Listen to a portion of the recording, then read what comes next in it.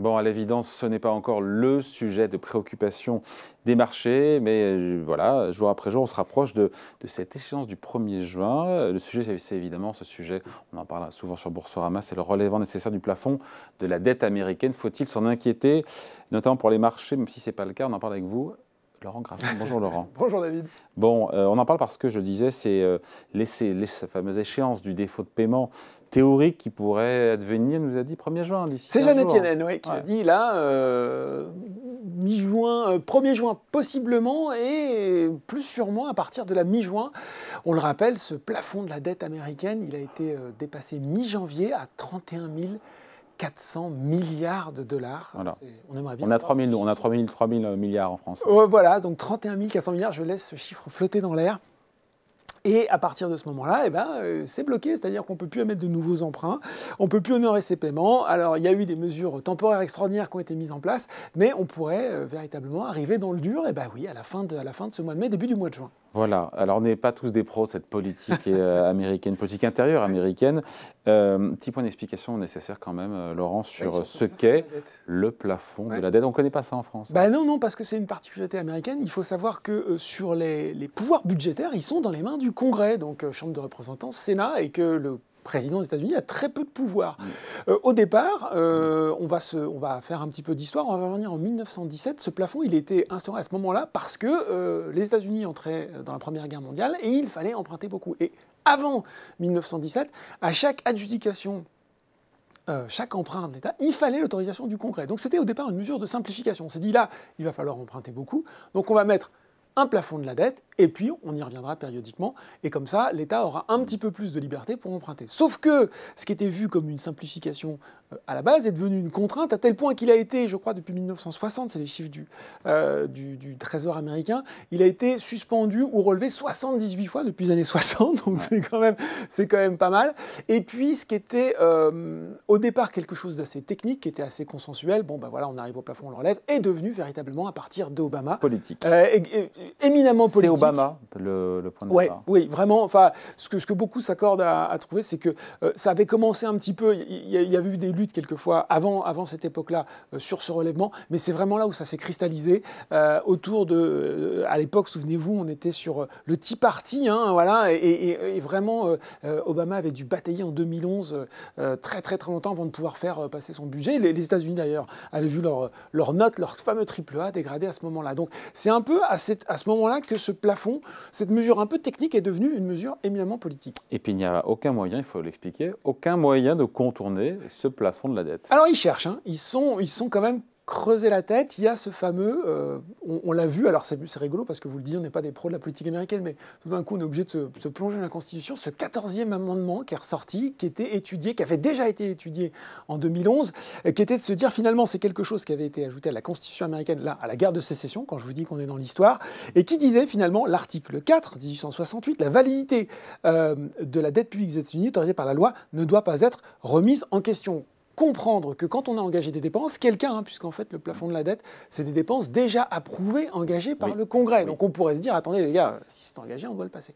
Et donc, se dire finalement, avec l'article 14, on serait en droit, puisqu'on est sur des dépenses engagées, de continuer. Et donc Biden pourrait demander à Janet Yellen de payer sur la base de cet article. Je vous l'ai dit, ça a été envisagé en 2011. Juridiquement, c'est compliqué. On a préféré, ce serait aussi quand même quelque chose d'assez significatif de désavouer le Congrès là-dessus. Donc je pense que personne n'a voulu s'y frotter.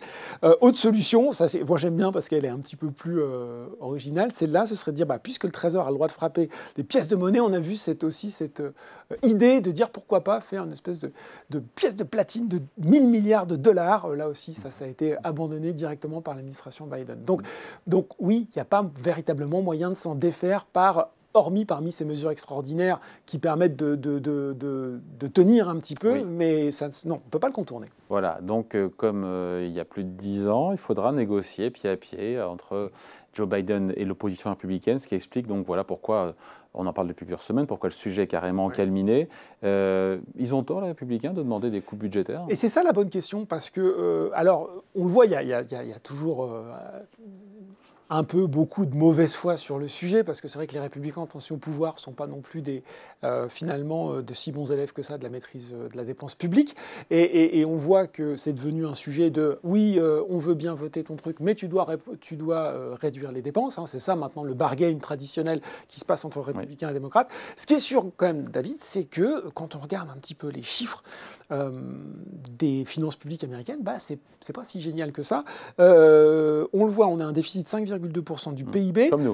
Comme nous, sauf que là où nous, notre objectif, et j'espère qu'on va y arriver, est quand même de revenir à 3%, là, le Congressional Budget Office nous dit que on serait à 5,8% en moyenne sur 2024-2028 sur le déficit, et on pourrait monter à 7,3% en 2033. Donc on n'a pas une pente vertueuse, plutôt quelque chose qui augmente. Idem pour la dette, 124% aujourd'hui du PIB qui pourrait monter encore de 20 points d'ici à 2033. Donc il y a quand même un vrai sujet de dépenses publiques aux États-Unis, surtout au moment où on a quand même eu Biden dit non, grâce à moi on a réduit les impôts et tout, mais il y a quand même eu effectivement les plans extraordinaires pour Covid, puis après il y a eu les plans de relance. Maintenant on est quand même sur l'IRA, l'Inflation Reduction Act, vous l'avez mentionné. 400 milliards d'euros. Alors, 400 milliards d'euros, sauf que, selon certains, notamment Goldman Sachs, nous disait peut-être 1200 milliards, bien plus que les 379-400 qui avaient été chiffrés. Donc là aussi, on a potentiellement une nouvelle source de dépenses assez importante à venir. Voilà, donc un affrontement politique qui n'est pas anecdotique. D'ailleurs, on en parle aujourd'hui parce que Joe Biden reçoit l'opposition aujourd'hui républicaine à la Maison-Blanche, président américain qui se déclare optimiste sur l'issue des négociations.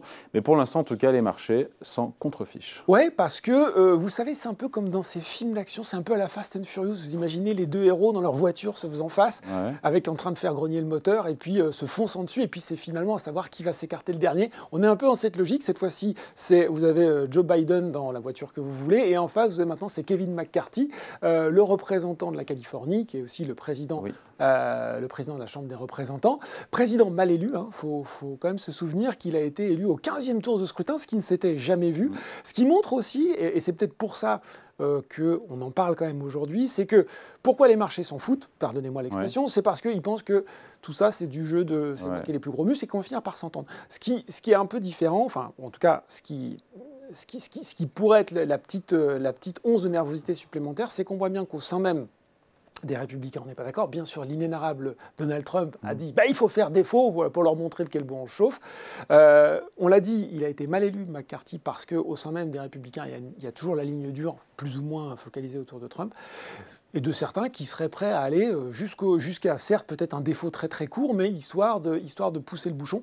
Honnêtement, je ne pense pas qu'on arriverait là.